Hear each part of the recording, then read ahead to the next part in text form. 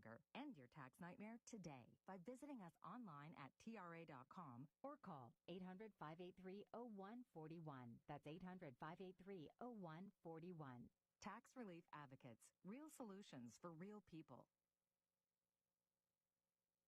Economist Steve Moore believes that Minnesota is not the only state experiencing widespread fraud when it comes to stealing federal money. We now know what's happening in California. We know what's happening in New York. These liberal cities are gaming the system, encouraging people to fraudulently apply for all this money as an economic stimulus for their cities and states, and it cannot stand. And Moore told the Salem Radio Network this week that those states should be forced to pay the money back or lose all federal assistance. Former Israeli ambassador to the U.S., Dr. Michael Oren, says he expects the U.S. to take some kind of military action against the Iranian regime. I can't imagine that the president has moved so many massive assets to the Middle East region and is not going to use them. You take out a pistol and don't use it, it projects weakness and not strength, and you become basically a Barack Obama not enforcing a red line. You'll find breaking news and analysis at townhall.com. Finding a reputable business shouldn't require luck or chance. But how can you tell who you can trust? Always look for the sign of a better business and find a better business anytime at bbb.org. Checo Pro Joe here. Join me this Saturday at 11 a.m. when Andrew from A&A Gem Pro Generators discusses whole home standby generators and the peace of mind they bring. That's this Saturday at 11, right here on AM 700 KSEV, the voice of Texas. Every day, the men and women of the United States Marine Corps demonstrate their commitment to defend the American way of life. Since 1775, wherever the mission takes us, we always remember the land we call home. As Marines, we take a stand for our nation, for us all. The few, the proud, the Marines. This is Kevin O'Hara with O'Hara & Company. Okay, 1 minute, sir. Our country's founding fathers drafted a document that is the Declaration of Independence. We hold these truths to be self-evident, that all men are created equal, that they are endowed by their Creator with certain unalienable rights, that among these are life, liberty, and the pursuit of happiness. To secure these rights, governments are instituted among men, deriving their powers from the consent of the governed. My friends at O'Hara & Company Real Estate, we believe we're at a precipice in time where we must take back our country. We must stand up for our freedoms or lose them forever. Please don't sit idle and let it slip away. Don't let anyone force you to do something you choose not to. As JFK said, if not us, who? If not now, when? If you're looking to buy or sell real estate, give O'Hara & Company Real Estate a call at 281-373-3393, 281-373-3393, or look us up on the web at o'harare.com. I'm Kevin O'Hara. God bless America, and God bless Texas. An independent voice for conservative opinions. The voice of Texas. Where should I begin? Can we talk about this? Say, what are you trying to say? Beyond the usual controversial talk. Blah, blah, blah, blah, on and on and on. Over there. One, two, cha-cha-cha. 1, 2, cha-cha-cha. Prepare yourself for Craig. Okay. Preparing a mighty new spectacle here. Articulate, stimulating, hit you right in the... there you go. We start becoming a team right now. This is the Craig Collins Show. Lord Jesus, oh God, no. Start talking, talk fast. This station is now the ultimate power in the universe. Now your host. He's a good man. Craig. That's right. It is the Craig Collins Show on the Voice of Texas, KSEV and KGBC. I decided to bring on my buddy, Mark Strauss, broadcaster out of Illinois, because a lot of crazy stuff is happening. And to be honest, one of the last times they did a live stream on social media and did the radio show, I saw that Mark had commented that he was still trapped in the unfree state of Illinois, as we are very much in the free state of Texas. So, Mark, how you doing, buddy? I'm doing all right, except for what you just mentioned. Yeah, except for the fact that you're stuck in the unfree state of Illinois. All right. Yeah, it's really bad. Your listeners have no idea. No, I know. And we'll get into it. But I do want to start with one of the more obvious things that I was wildly amused by, and I'm assuming you're going to be too. And the defense now for anybody that thinks it was wrong is it's freedom of the press, as an actual journalist at times, I just want you to weigh in on Don Lemon getting arrested. Yeah, it's come out now that he was sort of embedded with this mob. Yes. He knew what they were going to do. They filled him in. He was all in. And, we've heard of reporters going along on, well, you've gone along on rides with cops and things like that. But this is a whole different thing, because if anybody saw any of the video or read any of the accounts, they go into this church and they essentially take over a church. Now, the Patriots, the colonists, fought the British for the right to religiously, express yourself, to practice their religion freely. And this is exactly the opposite of that. Well, and so Lemon's in there, and he's sitting there, and he's questioning people. Yeah. But the worst part of it is, and people have already seen everything about this. The kids, some of the kids were separated from their parents. Some of these protesters, and I think that's a very polite term for them. Sure. Some of this mob, they're getting in the face of children, scaring them. If you're a 5 or a 6 or an 8-year-old kid, and this mob comes in, and you have no idea what's going on, and all of a sudden you can't find your parents, you'd be scared to death. Amen. One of the things, though, that I'd really want to say, Mark, is that, and you said it a second ago when you said if you watch any of the video of Lemon, he's giving his opinion the entire time. He's saying how this is justified and you're going to see more of this. He's not acting like any version of a journalist who's documenting something happening. He's acting like a participant in the mob or whatever you want to call it. So to your point, he demonstrates through his own product that he is in no way, shape, or form just a journalist reporting on something. Yeah, I think when this winds up in court, eventually in a trial before a judge or a jury, the thing that he said that is going to cut his own throat is, you're supposed to be uncomfortable. And he was speaking to members of the congregation. I think he was actually speaking to one of the ministers when he said that. Yes. We've all seen that clip, and that's not what a journalist is supposed to do. No. Beyond that, as a journalist, if you're not riding along with a cop, okay, anything short of that, he's going in there with a mob.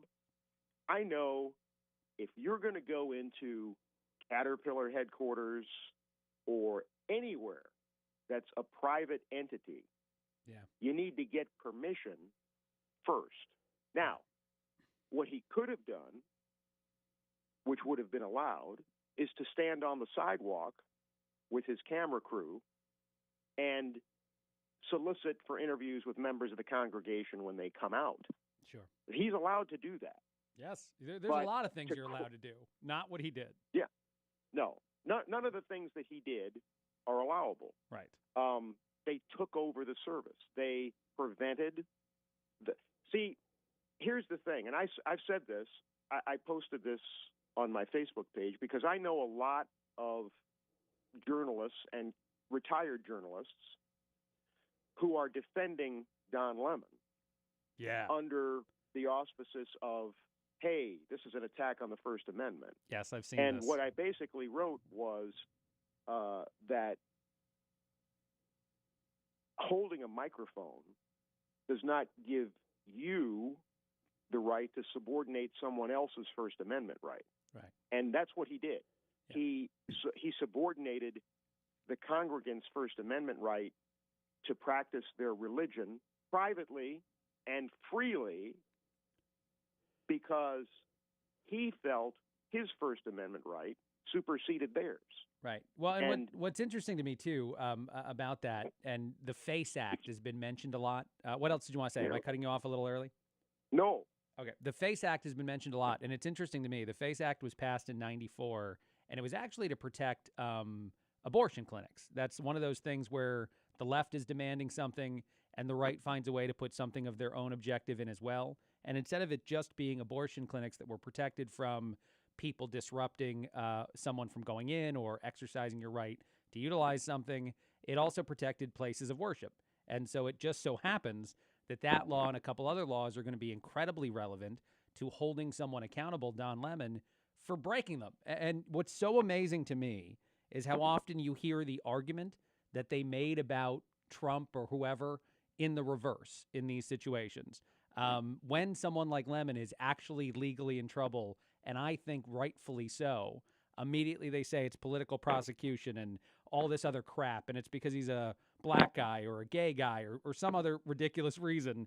And it amuses me because it's the exact same thing the right was saying a while ago when political prosecution was actually happening to the current president of the United States when he was running for that office. So it's amazing to watch them use the same arguments in a different way when they're the ones who are finally facing this justice where no one is supposed to be above the law. That's what I believed that they said often just a short time ago. Yeah, if I would also imagine that some of the people that are defending Don Lemon are not necessarily people who spend their Sunday at church, and I don't mean that as a cut. Sure. But I bet if you polled people who go to church every Sunday or almost every Sunday or synagogue or whatever, and you said, would you be okay with this happening in your church? Yeah. 99% of them would say absolutely not. Right. And they would see it as an invasion of their privacy and a violation of their First Amendment right to practice. Here's another thing, and this is maybe relevant where you live because of all the stories about these mosques going up all over Texas. Yes. What if that happened in a mosque? What do you think the reaction would be to that? Yeah, I can't imagine that would end well. And absolutely, it would be the kind of thing that the left would be obsessed about if it were anyone other than people that they think are on the side of the aisle they're not on. But yeah, there's a lot of things that would be very different about that story if it happened there.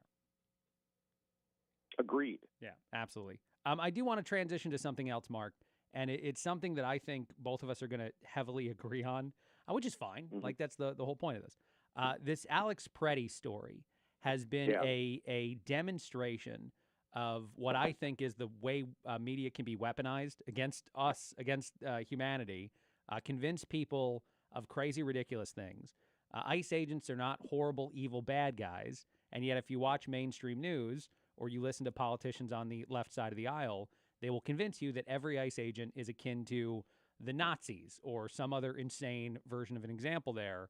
And all of this merged together to create this Alex Preddy story over the last week and a half or so that I think has every single version of, see, this is the reality and this is the false narrative, especially when that video from the BBC came out showing him kicking out lights in the back of a car and just attacking ICE agents, and they don't even actually arrest him the first time this happens. It's surreal. But the reason I bring this up is I've been hearing from a lot of people, even people on the right, even conservatives linked to all kinds of like think tanks for political, policies and political strategies that they'll have in the midterm elections. And conservatives are legitimately worried that this is turning the tide as far as what we want to do to secure this country. I don't believe that. I don't think that the everyday American actually thinks. They probably think Alex Preddy dying is a tragedy. I think it is too. They think, Renee Good dying is a tragedy. But I think that by the end of the day, they still actually want the things that ICE is doing by and large, which is removing people that shouldn't be in this country. And so I just find it fascinating that more and more often you're hearing about how people are turning against this when I just don't believe that that's true. But I'm hearing it from the conservative side of the aisle and from people I certainly respect within politics. What do you want to say to that? Well, first of all, anytime we could speak for your entire program about this one particular issue with Preddy and the way the media tried to paint a picture. They do this every time. Yes. You want to wait 48 hours before you form an opinion on something like this, but it's hard not to jump to certain conclusions. And the media helps you they try to convince you of certain things. We all know, let me just cover some ground here. We all know now that this guy had been following around ICE agents. He was in on the signal chats, which were a big story. Yes, it is. And he was very aggressive as was displayed in that BBC video. And there's other angles of that video.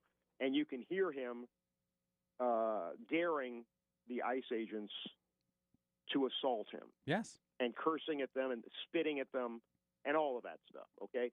So, and this guy was known to the ICE agents as being aggressive, and maybe because of that, this is my opinion, they may have perceived him to be borderline dangerous. Sure. So when the second encounter took place, they knew who he was. And well, he actually, if you don't mind, I'd like to stop you for 1 second. We don't actually know that that's the second encounter. Those are the two encounters that we have video of. Yes. But part of my brain You're right. assumes it could have been the fifth encounter with Preddy, for all you know we know. what? But go ahead. I'm glad you clarified that. It's the second that we know of. Yes. Because it has come out that he was at a lot of these events. But the other thing about that is this guy hadn't, they're saying, oh, he was a nurse, and well, he was a nurse. Right. And I don't say that because he's dead. He was, past tense, a nurse when these protests, again, polite term, took place. He had been out of work for quite some time. So this guy was heavily involved in demonstrating and organizing and terrorizing the ICE agents. Now, look, we all know, and you've covered this as a broadcaster before, not all cops do exactly what they're supposed to do, exactly the way they're supposed to do it, and there are violations, and that kind of thing happens. Now, put yourself in this chaos. Put yourself in the middle of this chaos. Mm-hmm. You're a uniformed law enforcement officer. These people are all around you. They're throwing things at you. They're hurling, they're spitting at you. They're doing whatever. They're driving cars towards you. Yeah. All right. You're going to react in some way, and at some point, your basic instincts are going to kick in because it's survival mode. It's not just what does the manual say. Right. Now, don't misunderstand. I'm not condoning that he was shot. We all know, you can get into all the minutia of this. Sure. But the point is, and I think of what you brought up, the point is, this guy is not who he was presented by the media to be. Not even a little bit. And just like Renee Good, and, we talked about this last time. Yeah. If you're the mother of a 6-year-old, what are you doing going out all day challenging law enforcement officers? Yeah. That's not being a responsible parent. No. So anyway, that whole thing. But to your other point, I don't think it's going to affect anything because ICE is operating all over the country. I don't know if it's in all 50 states, but I think it's in a majority of them. Yeah. Not less than half, certainly. And so we're not hearing any of this in any of these other states because the other states are either cooperating or they're not organizing the mob to counteract it. And so as a result of that, the show is in Minneapolis. But from what I understand, what Tom Homan says, the operations all across the country are ultra successful. So to your other point, I don't think this will slow anything down or stop anything. Or have a big impact in how people vote in the 2026 midterm elections. That's the other thing. No, I don't think so, because I think by the time we get there, a lot of people, I said this to you years ago when we were together here, and that is by the time we get to where Trump is taking us, 80 to 90% of the people are going to be on board. And from that time until now, there were more people on board, and some of them were people that weren't necessarily on board with Trump before. Sure. It doesn't mean they like him. It just means, hey, we need to do this. Well, and even though I don't like him, and by the way, wait till everybody does their taxes. Sure, I know, because we're going to make more money. There a couple things. So we're going to take a break in just a little bit. But something happened in Georgia that I immediately thought of you when it happened there. Yeah. This was the raiding of a facility and taking of ballots and hopefully being the beginning steps of something I've been asking you for a while, and you have told me is eventually coming, receipts on how the 2020 election was, in fact, illegitimate. It was stolen. And that may be what's occurring. What happened in in Georgia might be the beginning stages of not only did this happen, this is how it happened, this is proof it happened, and this is why we assume it happened all these other places. Fulton County might just be the beginning and has been a long fought over a part of that equation. Before I get there and before we take a break, I do want to do one last thing on this topic. You mentioned Tom Homan. For anyone out there that doesn't know this, and I don't think that a lot of people don't know this anymore, I think the administration has done a good job of messaging on this. Homan was appointed by Obama, awarded a medal by Obama for his role in removing people that shouldn't be in this country, especially dangerous ones, during the Obama administration. And he has been called on to go to Minneapolis to do one thing, and it's very different than the thing that most people assume. I've heard a lot of people say he went there to calm everything down, to navigate this situation differently and maybe make things a little bit nicer on the side of ICE. Like, essentially, he was going there to rein in what's gotten out of control. That's not what I think is happening.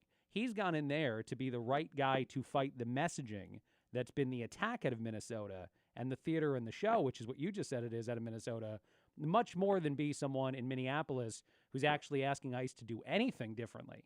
He's going to be the person at the forefront of the conversation, disregarding the ridiculous way that it's reshaped. And so I just think that that's a really smart move by the current president of the United States to put Tom Homan in there. And his first press conference, Homan demonstrated immediately why he's going to be so good at this, and even brought up something tremendously important early on that people seem to not notice as much as they should, which is that he's already convinced Minneapolis to play ball better and to give them some of these individuals that have been arrested that are dangerous people, give them to ICE at a jail so they're not actually put back into a community where then, the ICE agents have to go and arrest someone and it can be turned into theater. He's already circumvented that process. At least it sounds like. Hopefully that really happens. What do you want to say about Tom Homan? Well, yeah, I mean, you kind of touched on the points that I would have made, and just to sum it up briefly, the minute that he got up there, you noticed everything changed. We're not seeing constant video of confrontations every day. It was almost like from the minute he stepped on the tarmac in Minneapolis, everything changed. So you can kind of derive your own conclusions from that. But yeah, you're right. His presence made all the difference. And now, the first day he was there, that night, I saw video of Minnesota State Police reining in the crowds, the police actually helping ICE and controlling the situation, which is what the governor and the two mayors refused to do. Right. And when Homan got there, I don't know what it is he's got on them or what he told them, and we're not going to find out. Sure. But whatever leverage he carried with him to Minnesota, it worked. Yeah. Well, it's certainly unique to have somebody that's been awarded a medal by Barack Obama standing in a place like that, fighting the Democratic narrative that's emerging from that city, and the people on the other side knowing he's going to be harder to mess with than the people that they were messing with before him. But all right, we got to take a break. After we take this break, we're going to come back and talk about what I assume, and one of the biggest reasons I wanted to have Mark Strauss on this show is a topic you're very interested in, and that is the raiding of a voting place in Fulton County in Georgia and the taking of a bunch of different information. This would be electronic ballots, actual ballots, all kinds of stuff. One of the things I found most fascinating about that story is the way that Democrats immediately started to react to it and say it's ridiculous and horrible and theater, but the FBI took the actual data. And so the data will prove whether or not this is in fact theater. And I am so excited to have what might be receipts, which is something I've been saying for a while we needed in that conversation. That might be coming in the near future I don't know why I keep calling it Florida, in Georgia. So we're going to get to that after we take a break. This is the Craig Collins Show on KSEV, KGBC, the voice of Texas. Mark Strauss, TV guy on the radio is what he's known as in Illinois, as a longtime television broadcaster, radio guy, all kinds of stuff, hanging out and talking to me about a lot of what's been going on over the last week. A quick break and a lot more in just a bit.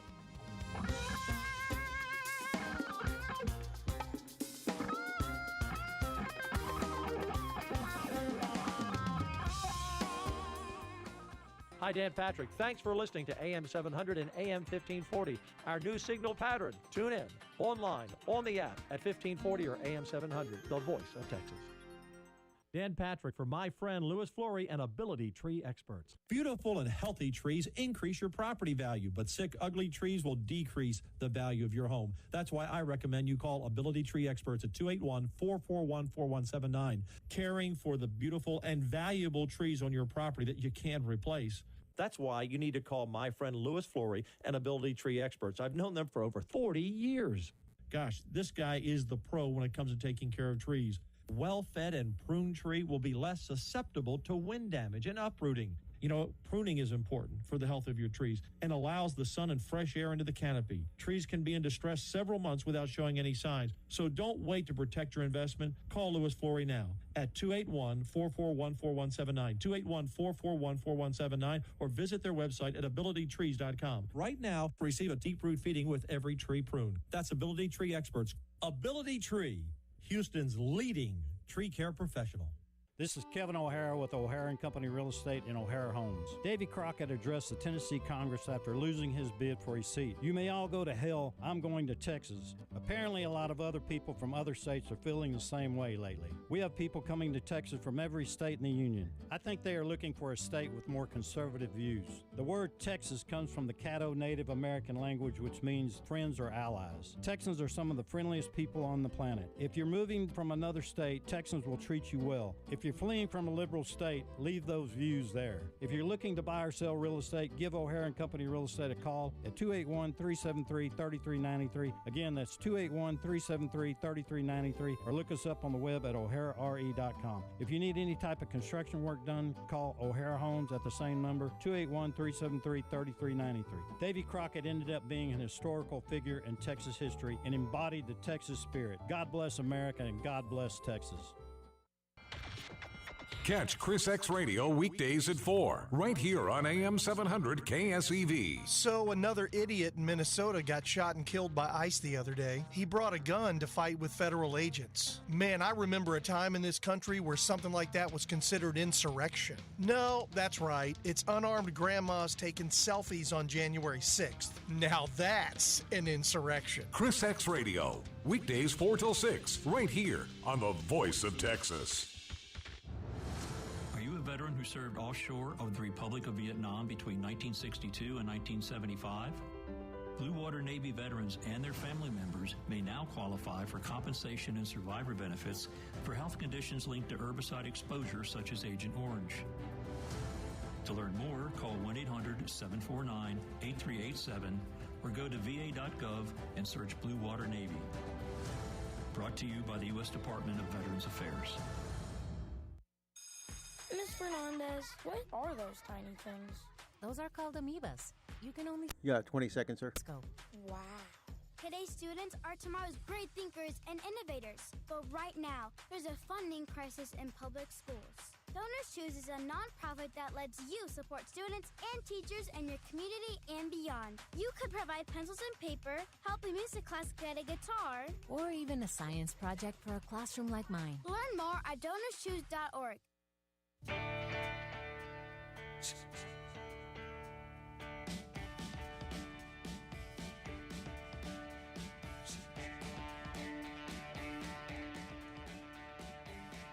This is the Craig Collins Show on KSEV and KGBC, the Voice of Texas. Thrilled to be with you on a Saturday. Thrilled to have a buddy of mine, Mark Strauss, TV guy on the radio, as he's known in Illinois, as a longtime television broadcaster, a sports broadcaster, that turned to radio at some point. A terrible decision in your career to turn to radio, as most of us get stuck in this love affair with this industry. But Mark, welcome back to the show. Just before the break, we were talking about what happened in Fulton County in Georgia. The FBI actually raided a voting location, took a whole bunch of things. This would be digital and physical proof of all kinds of potential voting irregularities, let's call them, or just full-on fraud that might have happened there. I immediately thought of you when I saw this story, because we've been having a years-long conversation about the 2020 election and the likelihood of cheating in it, and then the need for receipts, the need for proof. And one of the reasons that you put Trump back in office, not you specifically, but I think the everyday American puts Trump back in office in 2024 is to get to here, is to get to the point where you eventually are having a discussion about some of the things that media wildly dismissed that you might inevitably be able to prove because you have enough power to not squash any of the versions of going and getting these receipts. But I know you probably have a lot to say on this topic. I don't know where you want to start, if you want to set the table, but what you want to say. Well, I mean, it's now common knowledge that Fulton County itself has admitted that 315,000 ballots were not properly vetted, the process. Yes. You got to do signature verifications, the mail-ins, and things like that. That's now coming out, and I've seen it in the media. I've seen it. Oh, yeah. If you live in the Atlanta area and you get their television news, this has been a story that, hey, yeah, there was, and so the margin is a little over 11,000 or just under 12,000 votes, and 315,000 ballots were not properly. They didn't go through the proper protocol. Yeah. We're also hearing that, and we don't know this. This isn't being confirmed or anything, but there's talk that the mail-in ballots some of them are not printed on the same paper as, I'll call them legitimate ballots. Sure. There's a certain paper and there's a watermark on some of these ballots, and the watermark that's duplicated on some of the ballots is not exactly the same. I think it's a little darker. Mm-hmm. So this is coming out. It's in some places. It's been trickling out. And yes. So anyway, there shouldn't be any variation on anything when it comes to voting. But here's what's really interesting to me. This is only in one place. And we're gonna start hearing this in other places. Now, you remember on election night, there was a town in Pennsylvania mm-hmm. where they had caught votes that were machine cast that were flipped, and they had to fix that. And they did a press conference, and it was like 7,000 votes. It wasn't a lot, but 7,000 votes from one candidate to another candidate is a 14,000 votes swing. Yeah. Anyway, so, and a lot of people have forgotten little tidbits like this. So you start adding all these things up, and I think we're going to start to see things like this everywhere. However, Fulton County, it's the first that people are starting to be reawakened about. Yeah. And all these Democrats who are panicking about this, if you would do a legitimate audit, not a recount, because they're saying, well, they did a recount and they found the same result. Well, if you recount, let's say you have a pocket full of money. Okay. And some of the bills are counterfeit. Sure. Well, if you count the money, you're going to get the same result every time. But if you take the counterfeit bills out and count the money, you're going to get a different total. You are. And so you want to do an audit. You want to look at the paper. You want to make sure these are legitimate ballots. There's here, can video. I just for 1 second? Yeah, go ahead. I want to jump in for 1 second. What's interesting about this, in Fulton County, they did all this stuff. They did an audit. They did. So if we get to the point now where they can prove that there's a whole bunch of ballots that definitely shouldn't have passed an audit but did, we're getting to a point where we have caught you red-handed version. And this is something you just said a second ago. And I think that another really good example of this is what was actually important and going on in Minnesota and in Minneapolis that people are now forgetting about, which was the tremendous amount of fraud that was out in public. And I think Tim Walz even did an interview on a podcast where he disregarded the fraud by saying it's everywhere, which is exactly the point. This is exactly the thing. We want the template of what's going on and then apply that template everywhere else and show just how deep the rabbit hole goes or how horrible the problem is. And that fraud situation is one of those many avenues to demonstrating that. But this thing happening in Georgia, I think, is the other one, as you said a second ago. And it will be the catalyst to, well, wait a minute. Now that we see the way this happened and who did what and what players were involved, why don't we apply that same system over here and see if it passes the sniff test in this spot and that spot? And some people might ask, Why? Why in 2026 do you do this? And I think there's two really good answers to that question. The first one is that out of all the things that media objected to that Trump said, out of all of them, if you could, by the end of this administration, prove that there was actually cheating in the 2020 election, like definitively prove it to where the mainstream media outlets of the world can't even deny it, that's a win I couldn't have even fathomed going into this administration. And it feels like we could eventually get there. And there'd be no way to come back from that if you're liberal media because of how much of an admission it would be. I say that, and yet I probably assume or believe that's not true, that a bunch of Americans could somehow still ignore this. But I feel that way, that this one is that important, that ridiculous, that much of a how dare he lie about this kind of thing, that if he actually demonstrated the receipts to the world, it would be a win you don't see often in politics. And then the other really good answer to that is we need to secure future elections. Future elections have to be immune to whatever this crap is. What do you want to say in response to that? Well, I think that's actually number one. That is the game. Sure. The game is to end what has been going on for a long, long time. After all, I live in Illinois, and we are the capital of fraud, yeah. Vote theft, right? Yeah, sure. Okay. I mean, there's legendary stories about it. I mean, it was Chicago that gave JFK the presidency when they flipped votes. So the game has always been to secure our elections, to go back to the constitutional. It's amazing to me that people argue against the Constitution, which says federal election will be one day. Yeah. And it names what day it is. Yeah. In the Constitution. The first Tuesday, the first Tuesday after the first Monday or whatever. But it says it right there. And we have early voting. I can vote here, and maybe you guys can too in Texas. I can vote here a month or 5 weeks before the election. Yeah. And then they're okay receiving ballots in the mail for, 3 days, a week, 2 weeks after an election. That's not an election. No. Okay? That's like a contest to win a prize. Yeah. That's not an election. Sure. Yeah, that's a mail-in contest to win a prize. Yes. Yeah. So the game has always been, and you talk about rabbit holes, and I've talked to you about this, and I'm sure some of your listeners have gone down these rabbit holes. Mm-hmm. But let me say it this way: none of this would have happened if Joe Biden weren't allowed to quote unquote win in 2020. Trump would have won, served his term, and we wouldn't have fixed our elections. So, as you've heard me say before, Biden getting to quote unquote serve for 4 years mm-hmm. had to happen for us to get where we are today, for those ballots to be confiscated.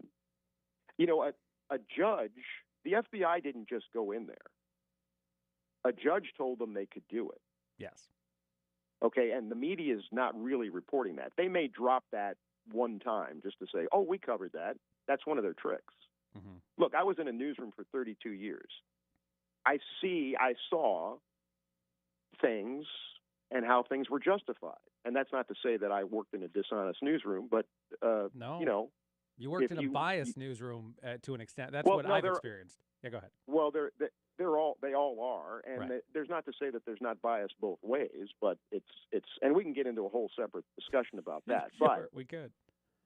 What I'm saying is that it's not out of the realm of possibility that Trump and the military allowed the fraud to take place. They knew it was going to happen. I mean, they did know it was going to happen because Trump told us on election night that they were cheating. Yeah. And I know a lot of people on the left just say, well, he's going to say that anyway because he's losing. Right. But he warned us, and he warned us prior to the election at his rallies that they're going to try to do this.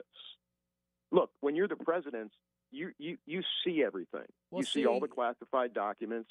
You Yeah. see all the information Yes. that is not public, available to the public. Yeah.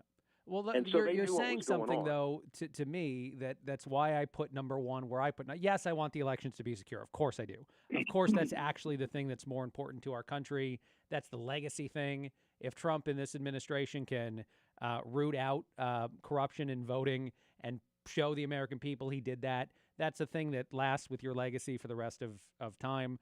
But I will say that he was talking about it leading into that election. And it was turned into, as media would say, left-leaning mainstream media, this is his excuse for when he loses, or this is how he, incited an insurrection on January 6th, where people took a nice tour of the White House. Whatever the conversation is, however you want to go, that warped sense of reality versus the actual sense of reality is why I still think personally the bigger win for a whole lot of people would be the fact that this is finally proven to be true, where it can't be ignored by the mainstream media pushing the goalposts, all the different ways that they subvert telling you the truth. If it gets to a point where a courtroom is saying, Trump should have won Georgia, that's a seismic shift, in my opinion, in what you could hear as an everyday American and be like, wait a minute, what? Like the everyday American who dismissed all of that, who believed the stupid story on the other side, if they actually saw breaking news at some point that Trump should have won Georgia in 2020, I think that breaks that wall. And it's so hard in today's society to break the wall of that stuff. But I think that would do it. Well, that what you're talking about there is he's the most patient person in the history of the world. And what he has done with his patience is he set up a scenario, which you just described, where the media destroys itself by admitting that they have been full of bull the whole time. Right, which they've had to do a bunch of times already, but go ahead, Yeah, no, and you're right about that. But my point is, and I'm not arguing with you, we have the same perspective with slightly different variation. Sure. For future generations and for the survival of the country, securing the elections is the most important thing. Right. But for those of us who are right now engaged, to see the media have to eat crow and to see people that we know who've been brainwashed by the propaganda say, oh, my God, this really happened, is going to be entertaining. And by the way, it is going to happen. Okay. Well, I as you pointed out a second ago, and this is the most important aspect of that story, at least to me, within this version of discussing it, Trump barely lost Georgia. He lost by 11,000 votes, and this is 300,000 plus votes in just one county in one part of that state. And so if you prove... And that's just the mail-ins, Craig. That doesn't count whatever else they find. Whatever it could be much find, deeper. It could be millions of votes that went from one side to the other side in just this one place, or at least hundreds of thousands of votes. It would be crazy. But nonetheless, yes, that alone would be enough to say that the outcome in the election in that state would have been different. I think mainstream media's response would be, well, he still wouldn't have won the election if he had just won Georgia. But that's the beginning part of this is a totally different, to be honest, the only other comparable example in recent history to what could happen over the next few months because of the FBI raiding this facility in Georgia is the difference in what we understand about COVID today versus what they told us for years. And I do think those two stories happening in tandem within 5 or 6 years of each other is enough to break. Like, Trump won the popular vote in 2024, regardless of what kind of manufacturing of different things may or may not have happened. So it's so amazing to me to think that as much as people on a certain side of the aisle are talking about what's happening in Minnesota and Minneapolis is bad, and the way that things are winding up in the news is bad, and it's turning people's opinions away from the conservative, side of the aisle. This thing going on in Georgia, I think, would blast through any of that if it does go the way that both of us are expecting it to go. Yeah, I don't. And just to add to your point, you brought up people saying, well, if he'd have won Georgia, it wouldn't have made any difference. The big counties, Maricopa in Arizona, Philadelphia County, Milwaukee, those places, if you add all of those up, Trump only beats Biden only beats Trump by I think I saw it's something like 30 or 40,000 votes in those places combined. Yeah. Right. You take the 11,000 from Georgia, and sure. So I'm not talking about the state totals. I'm talking about if you narrow it down to 30 or 40,000 votes that are spread around these largest counties that can actually swing elections. Yeah. And these same things are happening in those places, then it's not a case of, well, it was just one county. It was, no, they did the same thing in these other places, and they just needed a hair. They had to split a hair to get the thing to swing the other way. Yeah. And I'll go back to something that you and I have talked about ad nauseum. Okay. Okay? Sure. And I think you know where I'm going. I do, I think, yeah. The most votes that Barack Obama ever got was, I think, something like 65 or 67 million votes. Mm-hmm. And whether or not, forget about what you or I think about any previous president, okay? We've been told, and people still believe, that Barack Obama might be the most popular president in the history, at least in our lifetime, okay? This is something that people believe, yes. So if the most votes that he got was 67 million, I might be off by a million or two. The most votes that Barack Obama got was 67 million. You want me to believe that Joe Biden got 81 million votes, that he got 14 million votes? And by the way, Obama didn't get as many votes the second time. Yes. No, okay, that's not a criticism. I'm just saying he was popular after his first term, we're told. Mm-hmm. Why wouldn't he get more? Why wouldn't be there more people? Like Trump just got more votes his second time. Trump just got like 11 or 12 million more votes than he got the first time. We're told nobody likes Trump. How did that happen? How did that happen? Yeah, it's crazy. But Biden got 81 million. He got 14 more million votes than Obama. Well, that right there. I don't even need them to raid Fulton County. I know. To tell me. But that's not proof. I want to say that I understand what you're saying. I understand that it's a logical step in the right direction to say, sure, of course, that most people whose brains work can understand what Mark is saying and how valid it is. But in and of itself, that's not enough if I went into a courtroom to say, you can't possibly I understand that, but we're not in a courtroom. I know. We're not in a regular courtroom. We're in the court of public opinion. And actually, I'll go a step further with you. Comparing the difference between 2020 and 2024 is remarkable. In 2020, Trump got 74 million votes, which, by the way, at the time was the most votes ever for a sitting president ever in the history of our country. In 2024, he got 76 million, almost 77. I mean, I think it's 76,900 something thousand votes. So it's a lot. When you look at Biden, as you keep saying, 81 million, 81.2, Kamala Harris is 74.4. So somehow, some way, millions of votes just didn't show up. 6-7 million just didn't vote again. And it might be, as we find out in Fulton County and a lot of other places, that those 6-7 million never existed at all, to say the very least. And who knows of what else could be a problem in this. But that, even there, is a logical example of why people discredited, didn't believe in all the things you said. But we still need the receipts to be the slam dunk version of you can't possibly ignore this anymore. Oh no, I understand that. Yeah, and that'll happen. It'll happen, and it'll happen in more than one place. Sure. Then you've got this story that I don't think we've talked about, but I know you're aware of it, of Tina Peters out in Colorado. Sure. Who worked in county government, and I think she was in the clerk's office or something like that, and her job was to record, I don't mean record like on a tape recorder, but, just to document the results, to back up the results of the election. Sure. Out there, they destroyed their ballots. They destroyed their digital record of the 2020 election. But unbeknownst to them, she backed it up. So it still existed because by law, they were supposed to have it.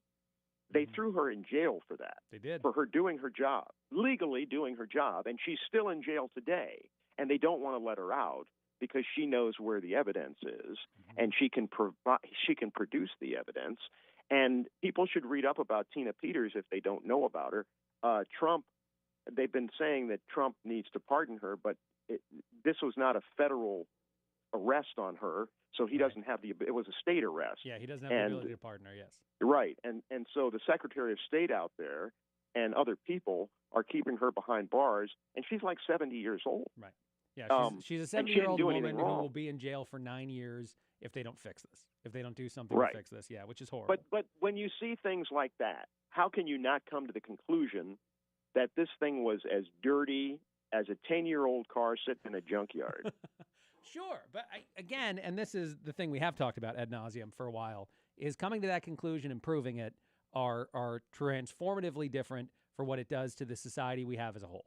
I do think that at the point we could get to, as I've said before, where CBS News would probably be at the forefront of this now that they've changed a little bit, but all of the newsrooms would eventually have to do it, where you said out loud that Trump should have won Georgia in 2020 and didn't.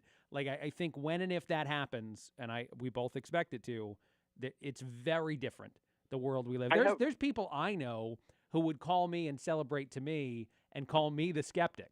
And I would remind them that all I wanted was the receipts the entire time. Yeah. But nonetheless, like there's a ton of people who would say that this is the beginning of the inevitable full teardown. I know a lot of people already don't trust media. They already don't believe that they're telling them the truth.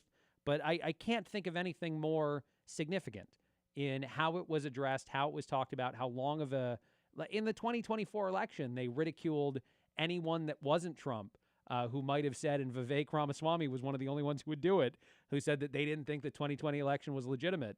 That was awesome to watch him stand up to that, but to watch that happen. And so I'll just be fascinated to see if there are people who say, you know what, I have to admit, I have been brainwashed, because that's the real win. I think, we're thinking of this in a very linear way. Sure. But I think one of the things that's going to happen, and it's not going to be a small thing, is before people actually start examining their thought process and how they were propagandized and brainwashed, manipulated, the first thing they're going to say is, well, if Joe Biden didn't win, what does that mean for everything that happened during his term? Of course. What does that? Yes. What does that mean for all of the laws that passed, the executive orders that were signed, the Supreme Court justice that he installed? What does that mean? I think that's one of the first things that's going to be examined, and I think it's going to take. I honestly think it's going to take individual people, like the people you're saying that it's going to take them a while before the light bulb goes on and they realize that they were led down the wrong path. Well, they willingly went along with it without using logic or thinking. Yes. Well, and I'll tell you this. I'll say one last thing about this because we're running out of time, and I think I blew off a break, but I'm being told we don't have to do it, so that's good. That's awesome.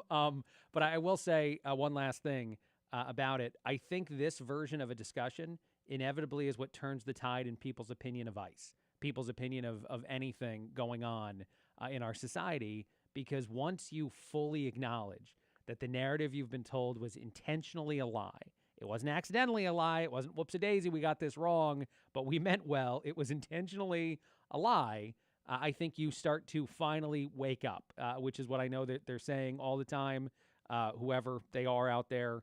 And honestly, and I'll say this, I don't dabble in conspiracy theory. I'm someone who loves to dismiss it because of how much you can't prove it, how logical something can sound, but how difficult it is to say that I have the receipts to do this. So anyone who listens to this show today, who knows me, which is not a whole lot of this Texas audience, even though I've been here a little while, would be really surprised in a lot of the conversation I'm having today compared to what I would have said 6 months to a year ago. But this is the point to start talking about it, in my opinion, where you might be able to win over the thoughts of everyone else. And this is why I keep disregarding it when people in the know, people with knowledge of, what the experts think or what the people influencing 2026 campaigns think about what's going on in Minneapolis and how it could change the election, what could really actually happen. The way in which Americans would no longer be rioting in the streets and saying that ICE is Nazis when they realize how many of these narratives are fake and false and, given to them in such a insincere and kind of evil way. Yeah, I think one of the things that people are going to have to reconcile is the fact that, the reason that you don't have receipts is because they've been kept from us purposely. Well, yes. And the media that's changing. Has not been skeptical at all. No. When you see a story that 315,000 ballots didn't go through the proper protocol, mail-in ballots, and that they admit that, we don't know if these are all good or all bad or some good and some bad. Yes. The media should be covering that 24/7, but they just mention it so they can say we covered it, and then they let it drop. And that shows an agenda, yes, in my opinion. Mine too. The music means we have 1 minute left. We're coming up on the end of the show. Mark Strauss, TV guy on the radio. Always fun to have you on. Always fun to talk to you. I figured today would be a great day to bring you on, though, with all the stuff that's been in the news recently. Somehow we didn't talk about baseball. The World Baseball Classic is coming to Houston. I'm going to see some of those games. I'll have to have you on back on soon to talk about that, among other things. But thanks, Mark, for taking the time today to talk to us. My pleasure, Craig. I'll see you later, and enjoy your life there in the unfree state of Illinois as we live in the free, beautiful state of Texas that I'm so happy I moved to such a short time ago. All right, that's it. We're done. We're out of here. Have a great weekend, everybody. The Craig Collins Show comes back next Saturday at 10 on KGBC and KSEV. You're listening to the Voice of Texas, AM 700 KSEV Tomball and AM 1540 KGBC.